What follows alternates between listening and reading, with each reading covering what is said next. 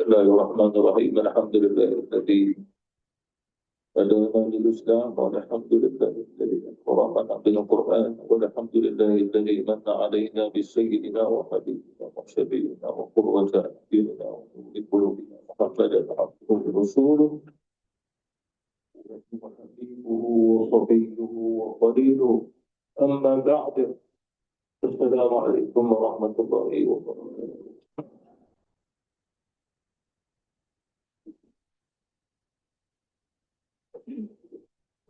Berusaha kembali pada ayat yang ke-10 dan ayat berikutnya pada muka surat 552 surah Sad yang ke-28. A'udzu billahi minasyaitonir rajim.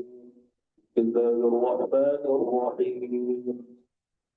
يا أيها الذين آمنوا هل أدلكم على تجارة تنجيكم من عذاب أليم تؤمنون بالله ورسوله وتجاهدون في سبيل الله بأموالكم وأنفسكم ذلكم خير لكم إن كنتم تعلمون يغفر لكم ذنوبكم ويدخلكم جنات تجري من تحتها الأنهار ومساكن طيبة في جنات عدن ذلك الفوز العظيم والله يحبونها نصر من الله وفتح قريب وبشر المؤمنين. Subhanallah al-Azim. Beberapa ayat yang kita baca dan juga boleh dihafal. Kalau kita nak hafal Quran, jangan hafal begitu. Otak pergi ke situ, mata pergi situ. Lepas 15 minit, kita dengar. Jadi kalau dia nak hafal, dia tengah buka dulu. Ini wajah kepada wajah muka surat. Macam ni, ke kiri sikit.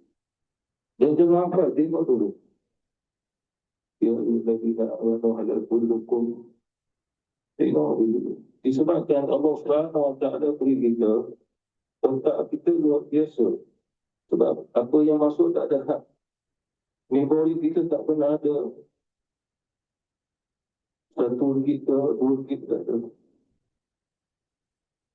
Dia tak ada hak lah, tak ada hak. Cuma kena pandai macam mana nak bawa masuk dia. Itu pasal ulama-ulama kita dulu, mereka tahu ilmu-ilmu ini. Itu pasal sekali mereka lihat, hafal. Masuk dalam hafal di situ, bukan dia baca masuk otak dia. Tak dia macam scan dia, dengan mata dia. Itu pasal dalam kajian, apa yang kita lihat, 3 saat je. Dalam masa sejam, kita boleh merekod 500 objek masuk dalam kepala otak. Cuma ada cara dah. Ulama-ulama dulu, dalam masa 5 jam, kitabnya dia tengok 5 jam itu sekali dia tengok satu muka surat terhafal baginya sehingga dapat 2,500 muka surat.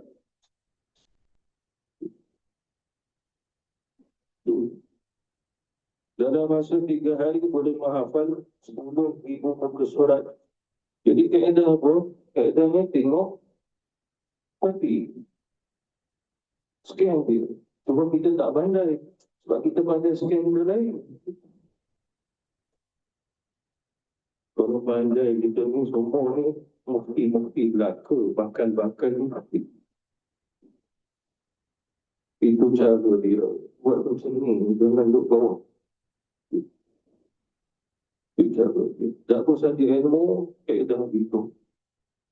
Sebab kita dah biasa waktu daripada tahfiz, kita dah biasa budak-budak tahfiz. Kita dengan mar'adah kiraat dah biasa. Sebab dah biasa hafal kitab. Tengok apa. Disebabkan semua soalannya dalam bahasa Arab. Dia bukan nak ada kefahaman, dia perlu menghafal.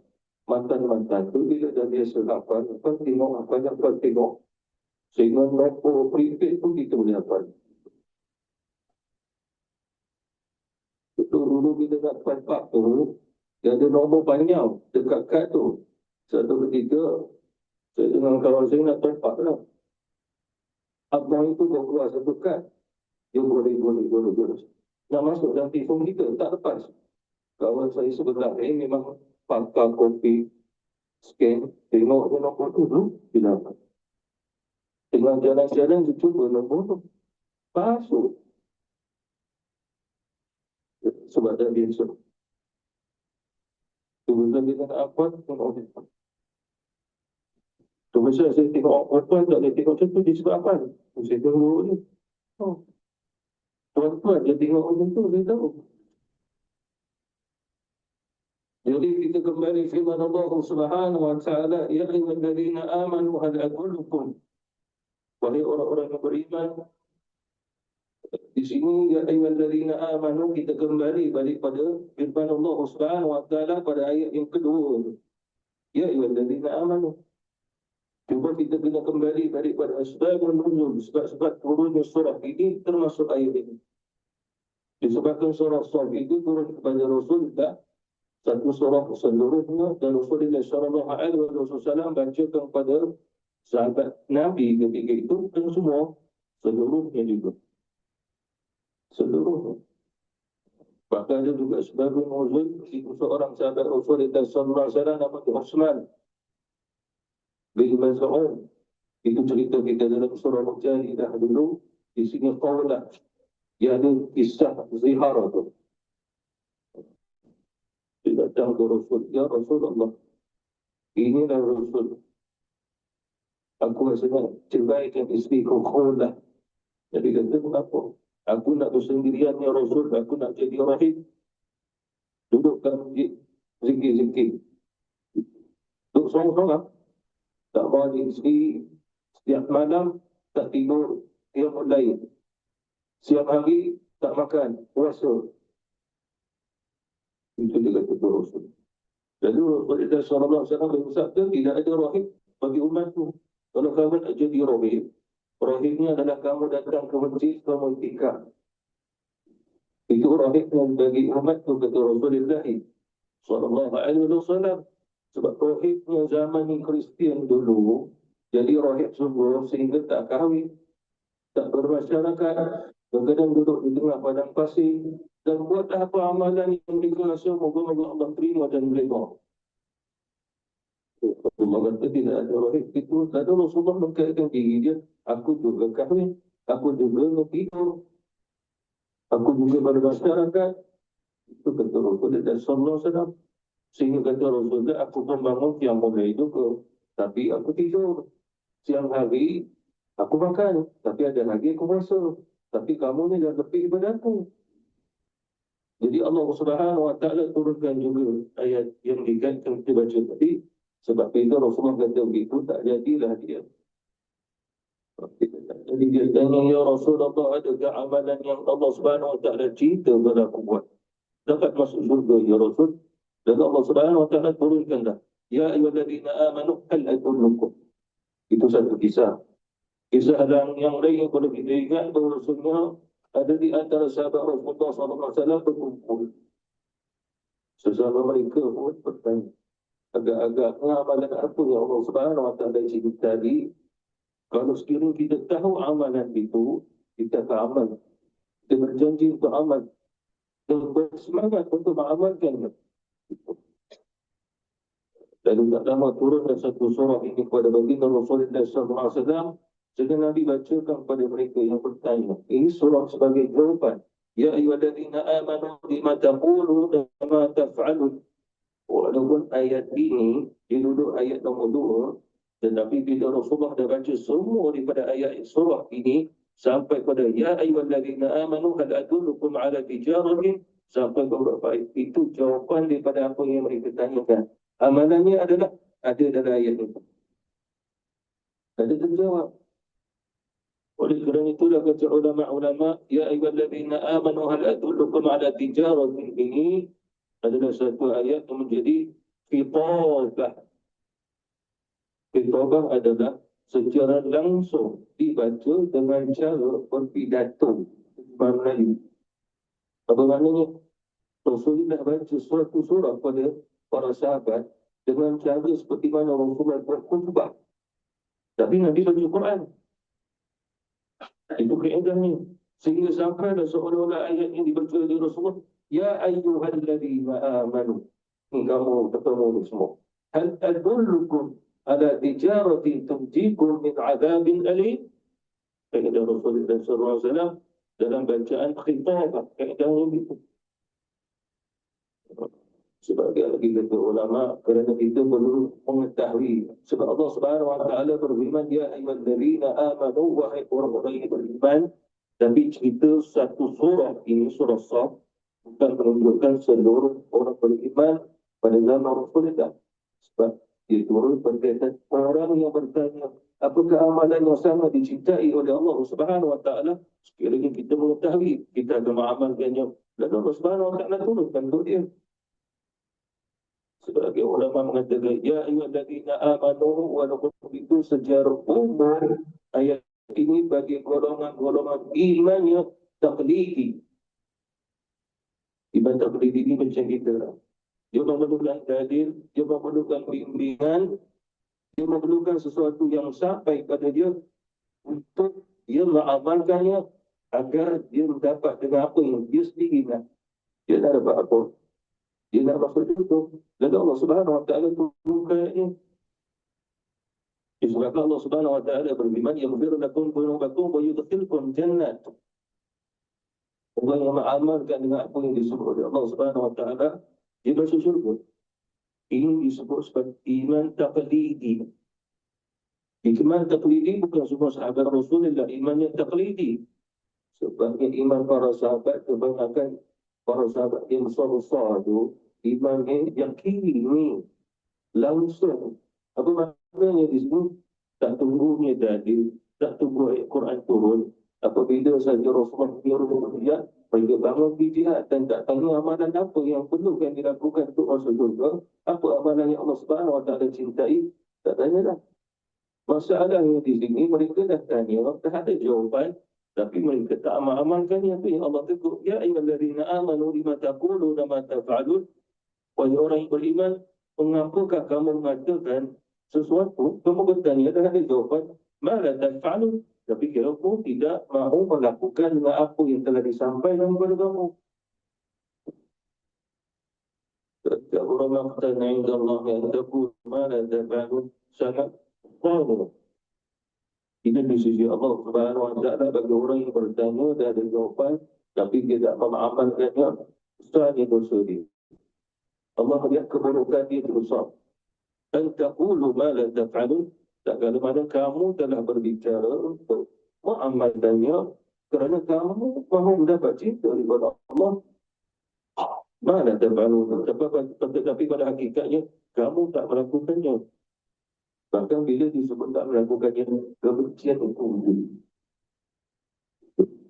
Yang pertama. Yang kedua, ya ayyuhalladzina amanu, sebagai ulama menafsirkan, ini ditujukan kepada orang yang munafik. Mengapa agaknya? Disebabkan orang yang berbicara, apa amalnya, kita nak amal, kebanyakan mereka munafik. Walaupun begitu, Allah Subhanahu Wa Taala tidak menyebut mereka sebagai orang munafik. Tapi Allah sebut sebagai orang yang beriman. Sebagai ulama mengatakan ini cara Allah nak berdidik mereka, nak memperbaiki akan jiwa mereka, hati mereka. Allah tidak akan membiarkan mereka sesat. Kerana mereka masih ada cahaya iman di situ. Ya ayyuhalladzina amanu, wahai orang-orang yang beriman, hal adullukum, mahukah aku tunjukkan kepada kamu? Ini adalah istifham pada kalimah tadi. Kemudian adullukum, di situ adanya dhamir mustatir. A di situ. Adullukum kalimah A di sudut bahasa Arab, kalau dimaknakannya adalah mahukah aku tunjukkan kepada kamu. Itu. Tetapi di sudut bahasa Arab, di sudut ilmu balaghah, al-adullukum jadinya Majaz, kesan.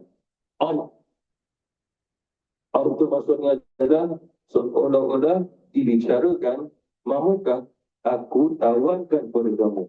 Itu sendiri mubalaghah jadi majaz. Kenapa agaknya? Sebab hal adullukum, mahukah aku tunjukkan kepada kamu, aku tawarkan kepada kamu, tak nampak objeknya pun. Tak nampak. Jadi dia menjadi majaz. Seperti mana contoh, ini ada ni barang yang kita nak beli. Penjual yang pun mengatakan kepada kita, mau tak aku tawarkan kepada kamu? Tawarkan ni barang ke harga? Dia pun harga. Gula tu 1 kilo RM3. Saya tawarkan RM2.5. Jadi yang ditawarkan gula ke harga gula? Macam tak boleh jawab tu. Yang ditawarkan harga gula atau gula? Harga. Gula tak boleh ditawar. Harganya. Tawar menawar. Itu harga. Bukan objeknya. Itu. Wadah. Jadi begitu juga Allah Subhanahu Wa Taala menyatakan hal adullukum di sini jadi majaz. Disebabkan apa? Tawaran itu tak nampak. Dia bukan satu objek yang nampak. Kalau gula tadi 2 mata dah nampak. Saya tawarkan harganya sekilo RM2.5. Tawaran ini harga. Tapi objeknya dilihat. Tetapi dalam hati ini tidak dilihat. Apa dia? Sebagai ulama menyatakan hal adullukum, Allah Subhanahu Wa Taala sendiri yang berbicara. Wahai orang-orang yang beriman, mahu tak aku Tuhan kamu menawarkan kepada kamu? Okey, dah ni gitu.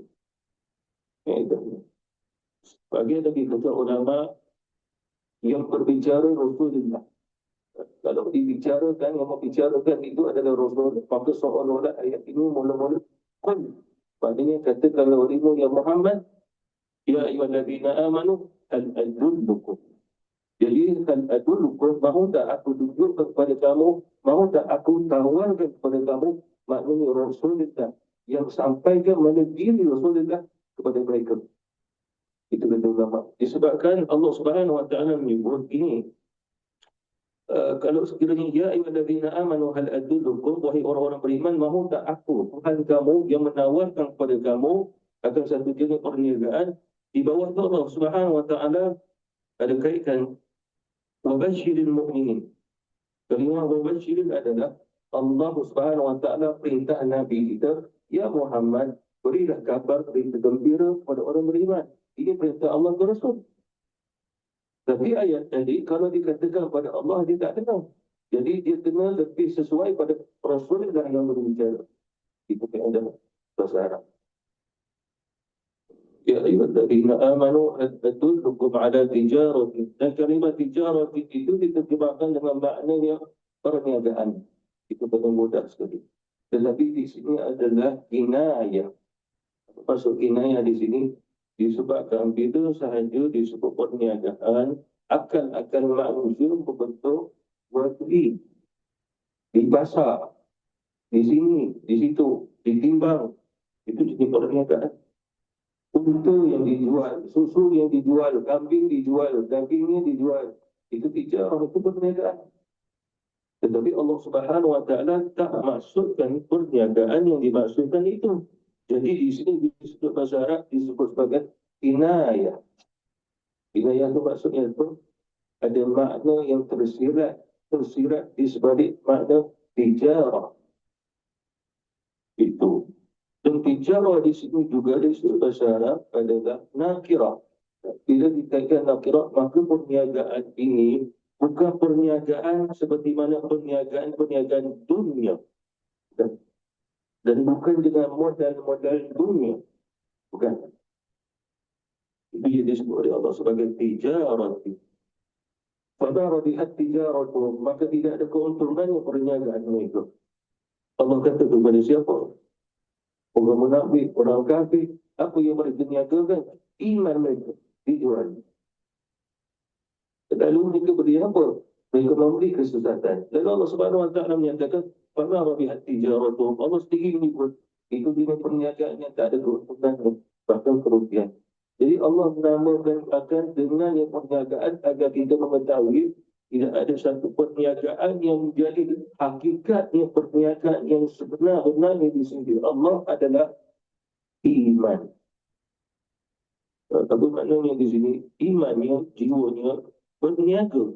Berniaga dengan siapa? Allah Subhanahu Wa Taala. Apa maksudnya di sini? Adakah kamu mahu masuk surga? Mahu. Tapi kamu kena beli dulu surga tu. Beli. Beli.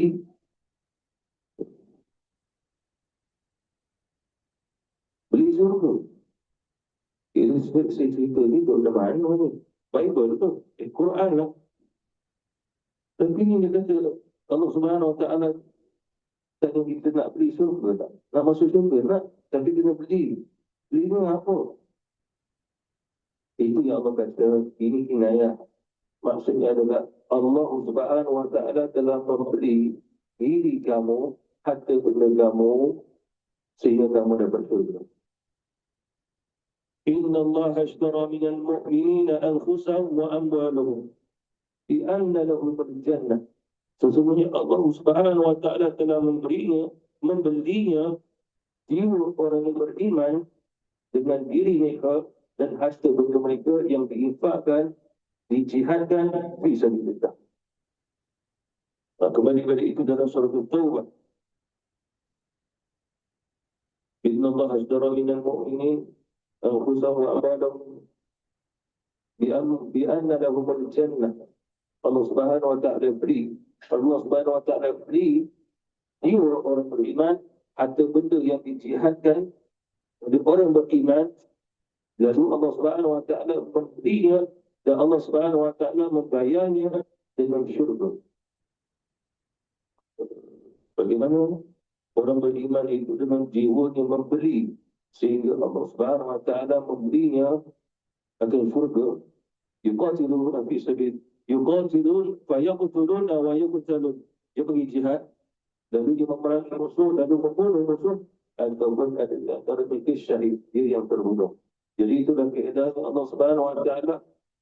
Ia membeli orang beriman dengan syurga, pada diri orang beriman semua milik Allah Subhanahu Wa Taala. Tapi Allah berminat nak beli diri orang itu, tapi Allah Subhanahu Wa Taala beli dengan bayarannya bi anna lahumul jannah. Kita tak mampu beli syurga, tapi Allah Subhanahu Wa Taala beli kita, tapi dia beli dengan syurga. Kan luar biasa tu.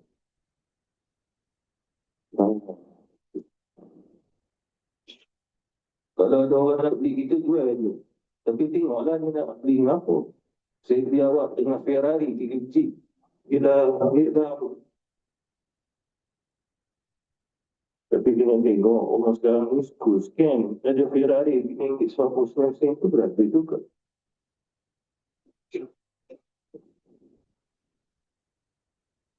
Kita tengok dalam bahasa Arab dulu kan ada. Ya ayyuhallazina amanu, wahai orang yang beriman, mahu tak aku tunjukkan kepada kamu, mahu tak aku tawarkan kepada kamu satu penawaran berupa sebuah perniagaan yang mana dengan perniagaan itu manfaatnya adalah untuk kamu. Apa manfaatnya? Yang pertama, tunjikum min azabin alim. Ini janji Allah. Bila Allah Subhanahu Wa Taala buat janji, idza Allah la yukhliful mi'ad. Allah Subhanahu Wa Taala tak memungkiri janji. Apakah janji Allah? Yang pertama, kamu diselamatkan daripada azab sengsara, azab api yang pedih. Azab bin alim adalah neraka yang pedih. Sudah beri mana gitu. Tunjikum juga dibaca tunajikum. Dan adullukum ala tijaratin tunjikum juga dibaca tijaratin tunajikum. Ini kedua yang dibaca oleh Rasul disebabkan kalam orang Arab itu sendiri. Kalau dibaca tunjikum maknanya anja. Di sudut bahasa Arab anja yang menyelamatkan. Kalau dibaca tunajikum adalah najah. Najah. Apa maksudnya? Yang menyelamatkan kamu sehingga kamu berjaya. Itu di sudut bahasa Arab. Daripada azab, siksaan, maknanya neraka yang adil, yang sungguh-sungguh pedih. Ini menunjukkan bahawa Allah Subhanahu Wa Taala yang pertama dia nak bebaskan hamba-hambanya daripada neraka terdahulu. Pertamanya adalah hamba itu selamat daripada bakaran api neraka. Ya, sebab apa? Kalau sekiranya dia nak buat satu amal yang melayakkan masuk surga, tapi dalam masa yang sama dia mengamalkan amalan yang melayakkan masuk neraka, tak guna juga. Jadi oleh kerana itulah, ya ayyuhallazina amanu hal adullukum, mahu tak aku tunjuk di sini termasuk juga mahu tak aku membimbing kamu. Disebabkan apa? Sebab kamu tak tahu kaedahnya, caranya, walaupun kamu berminat. Dan adullukum ala tijaratin, kinayahnya adalah taswiq. Taswiq itu adalah, ini pertanyaan adalah untuk melahirkan rasa suka, cinta dan merindu terhadap apa yang ditawarkan. Contohlah hari jadi kita nak tiba. Kita ada seorang anak yang kaya raya. Papa, hari jadi papa sudah hadiah atau sesuatu. Tapi papa kena tunggulah hari jadi papa 2 minggu lagi. Papa tak tidur malam. Papa tak tidur malam. Dia bayang anak aku nak hadiah apa. Tahun depan dia bagi aku chip sikit. Tahun sebelum tu pula dia bagi aku rumah sedikit. Tahun ni agaknya bagi jadi aku, dia bagi hadiah apa. Jangan aku ikut nak sudah. Jadi apa maksud? Ini taswif. Taswif. Bagi orang yang beriman, bila Rasulullah berbicara demikian, hati dia berkobar-kobar nak tahu. Ini di sudut besar namanya taswif, yang melahirkan kerinduan. Besok orang datang, kenapa saya nak beri hadiah ke awak? Saya mau bagi Paris. Ada lagi yang istimewa yang saya beri untuk awak daripada Paris. Ini contoh aja. Jadi kawan tadi pun rasa taswif. Taswif itu adalah rasa kerinduan yang telah wujud, rindu dan suka nak tahu apa. Dan kawan kau nak bagi apa sebenarnya? Aku tak sabar-sabar nak tunggu besok. Hari ini boleh bagilah. Dah itu taswif. Jadi begitu juga Allah Subhanahu Wa Taala menyatakan, mahu tak aku tunjukkan kepada kamu yang mana amalan ini adalah sebuah perniagaan. Perniagaan ini pula adalah menyebabkan kamu Allah selamatkan daripada api neraka. Kamu tahu api neraka? Tahu. Kamu nak masuk ke dalamnya? Tidak mahu. Ada amalan. Bila ada amalannya, Rasul yang bercerita, itu mereka nak segera tahu. Jadi itulah masuknya tasywik pada ala tijaratin tunjikum min azabin alim. Ya para sahabat yang betul beriman, betul-betul mahu tahu. Tetapi dia perlu dibimbing satu persatu. Jangan jadi seperti mana orang Kristian. Yang Nabi kata Kristian itu sesat. Mengapa dia sesat? Isa, ini bagi Jesus tu, cakap begini, mereka faham lain, buat yang lain. Salah satu ini Kristian ajaran hari ini, dia akan bangga dengan apa yang dia sebut. Tuhan Jesus, Tuhan Jesus. Jesus itu. Indonesia bagi Jesus. Itu bahasa Inggeris. Bahasa Ibrani, Yeshua itu bahasa Ibrani. Bahasa Ibrani, Isa. Bila dikrikan bahasa Yunan itu, Greek dulu, dia tak ada nak sebut Yeshua, sikit tak boleh sebut. Dia tukar pada Les, dia tukar Les Stros.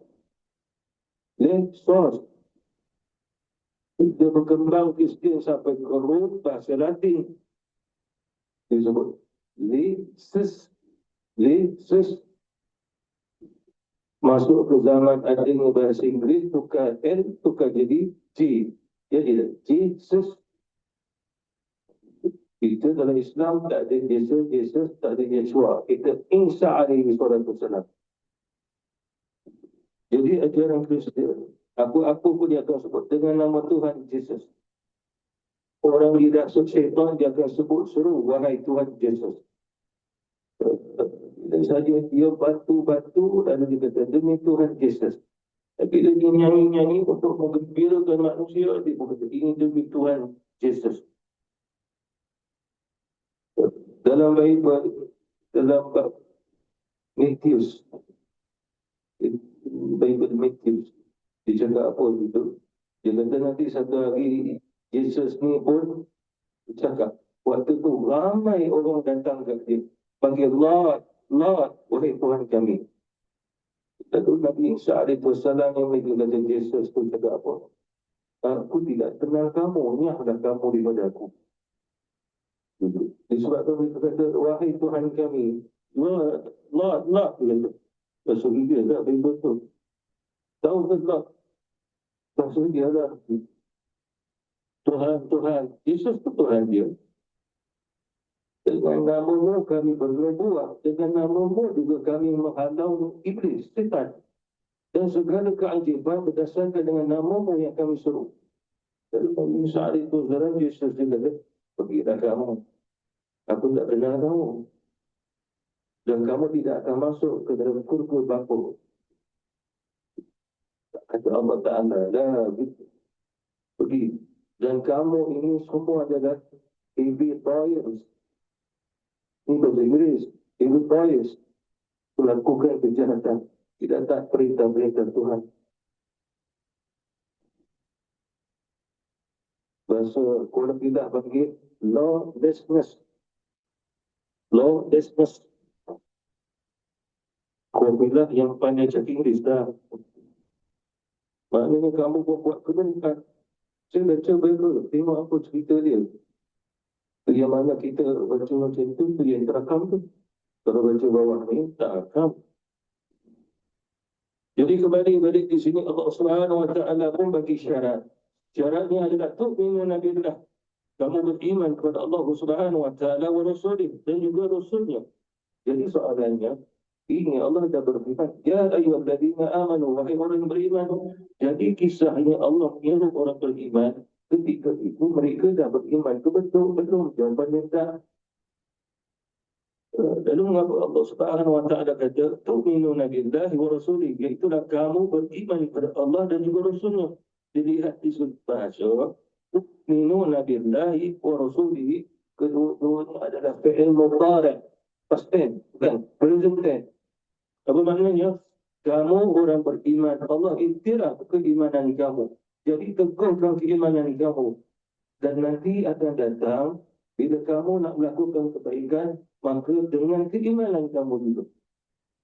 Sebab presiden itu sekarang dah akan datang. Itu menunjukkan kamu perlu hidup terus menerus dalam keadaan beriman kepada Allah dan beriman kepada Rasul. Ini syarat utama untuk tunjikum min azabin alim. Maknanya kalau kamu nak mendapat keampunan daripada Allah, kebebasan daripada nerakanya, keselamatan daripada azab siksaannya, kamu terlebih dahulu boleh beriman kepada Allah Subhanahu Wa Taala dan juga Rasulnya. Wa tujahiduna fi sabilillah. Dan begitu juga syaratnya adalah ini dah perniagaan tadi. Perniagaan kamu adalah dengan mengamalkan di sudut amalan iman, dalam hati kamu iman. Di sudut yang zahir kamu kena berjihad. Wa tujahiduna fi sabilillah. Dan kamu perlu berjihad atas nama agama Allah Subhanahu Wa Taala, itu fi sabilillah. Dan kalimah wa tujahidu juga adalah fi'il yang mudhari', present tense. Apa maknanya di sini? Kamu kena sering berjihad. Lalu bila suruh jihad disuruhkan lagi kepada kamu, kamu kena bangun dan pergi jihad lagi. Jangan berhenti. Itu kaedah untuk memahami ini. Jadi apa maksudnya di sini? Kalau kamu memang nak tahu amalan yang Allah cinta, inilah amalannya. Apakah amalannya? Kalau kamu dah beriman, ya, teguhkan iman kamu kepada Allah dan juga Rasul. Jadi tambah amal kamu untuk menyempurnakan iman kamu dengan jihad fi sabilillah. Wa tujahiduna fi sabilillah. Dan jihad fi sabilillah itu memang banyak bahagian-bahagiannya. Jadi pada zaman Rasulullah SAW, jihad di sini memang jihad yang sebenar. Disebabkan Allah menyatakan, Bi amwalikum wa anfusikum. Kamu kena jihad dengan harta benda kamu dan juga diri kamu. Kamu. Apa mana kamu? Fardu ain. Apa mana fardu ain? Diri kamu. Sama seperti mana diri kamu solat. Oleh kerana itulah solat fardu mana ada wakil. Solat sunat pun tak ada wakil. Yang fardu kifayah boleh wakil.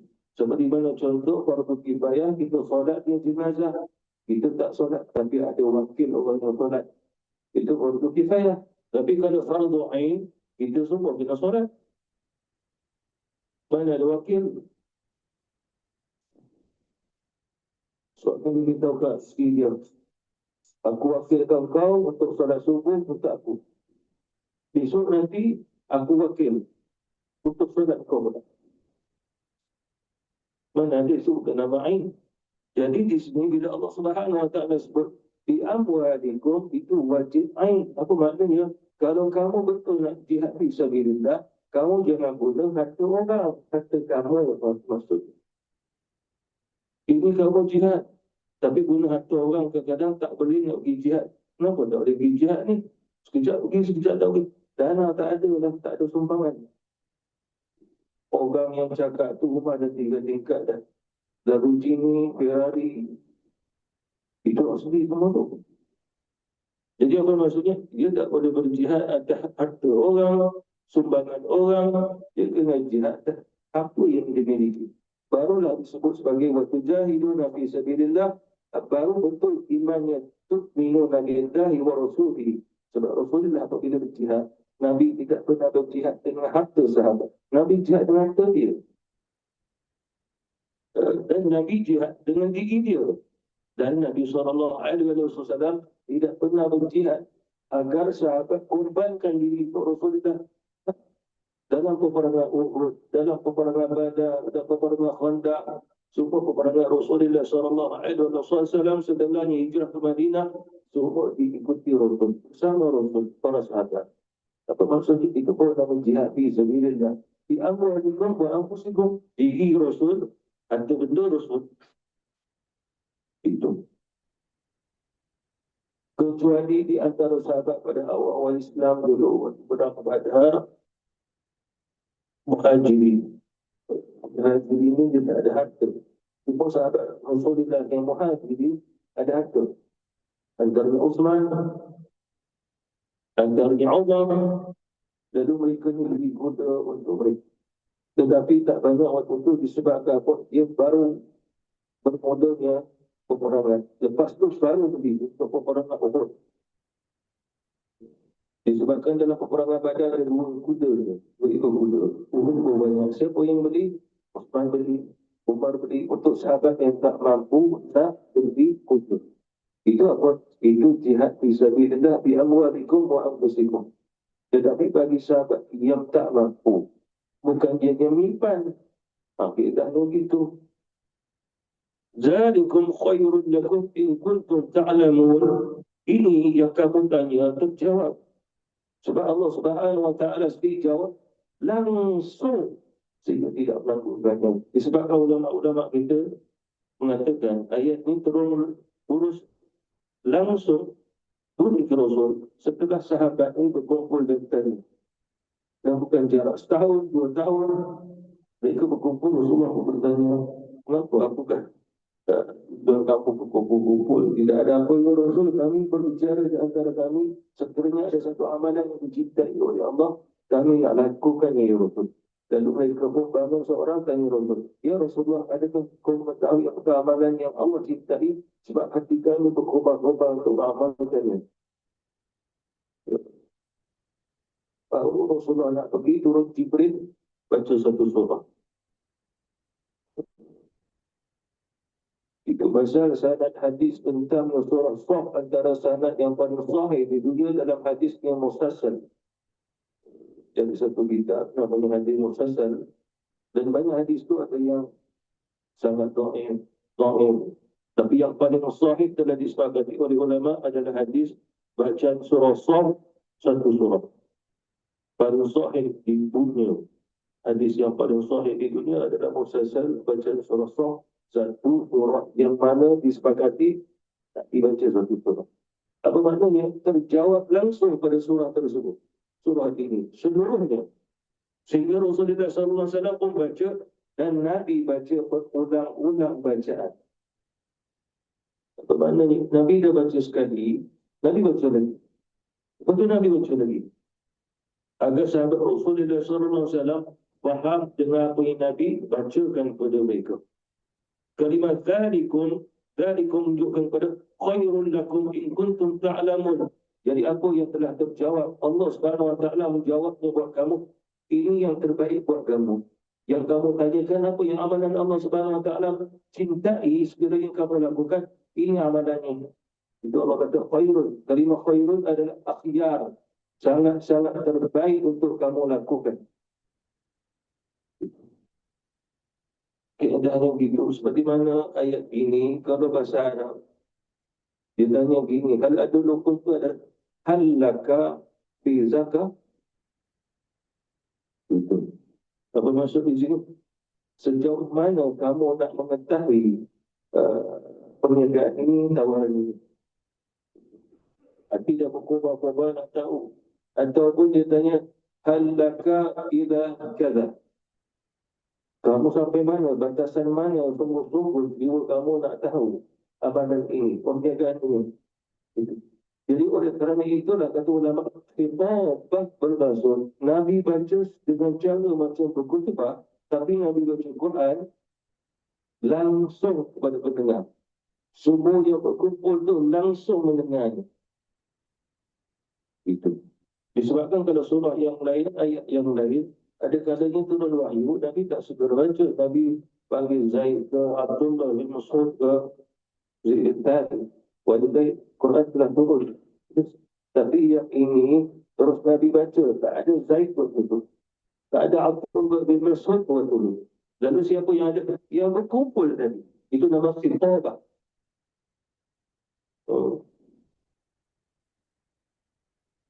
Dzalikum khairul lakum in kuntum ta'lamun. Juga sebagai ulama mengatakan, sekiranya kamu tahu, disebabkan ada kisah bagi orang munafik yang berkumpul dan bertanya, in kuntum ta'lamun. Sebab dulu dalam peperangan Uhud, kamu awal-awal pergi jinak, dah sampai tengah jalan, kamu balik. Kalau kamu tahu, tapi tak kamu pergi jinak bersama Nabi, kamu urus untuk kamu. Itu yang Allah Subhanahu Wa Taala mengatakan, ini sebagai sindiran bagi orang-orang munafik disebabkan dalam peperangan Uhud itu kita ada 1,000 orang, 300 balik, ingat 700. Kita lawan 3,000 orang. Kita tak kata kalah sebab perang Uhud dia bermula tapi tak berakhir. Kenapa tak dikatakan kita kalah? Mana ada kekalahan? Akhir. Kalau dikatakan perang tidak berakhir sebab Rasulullah jatuh pingsan. Sahabat pergi bakar Nabi duduk bawa Nabi ke satu tempat jauh daripada Uhud. Nabi tersedak. Kat mana aku ni? Jauh daripada Uhud ya Rasul. Tidak, mari pergi Uhud. Tak selesai lagi. Tapi untuk orang dan Rasulullah pergi bilang kadang berdarah-darah, pergi batang. Pipi Nabi itu yang bagian jaring-jaring topi besi Nabi itu masuk dalam pipi Rasul. Bagi orang musyrikin dah balik lari. Jadi perang belum selesai. Bukan kita kalah. Perang belum selesai. Itu yang kata ulama. Orang Uhud tak ada siapa menang, tak ada siapa kalah. Sebab bermula tapi tak berakhir. Perang mesti berakhir dulu. Orang ini silap. Kita sekalah dengan perang Uhud sebab Allah tegur kita. Ustaz-ustaz cakap begitu. Tidak demikian. Kita tak pernah kalah dalam peperangan. Ayat itu kata Allah memberi pertolongan. Itu. Yang kita zamkan. Wallahu ta'ala ala wa ilaihi wa Assalamualaikum warahmatullahi wabarakatuh.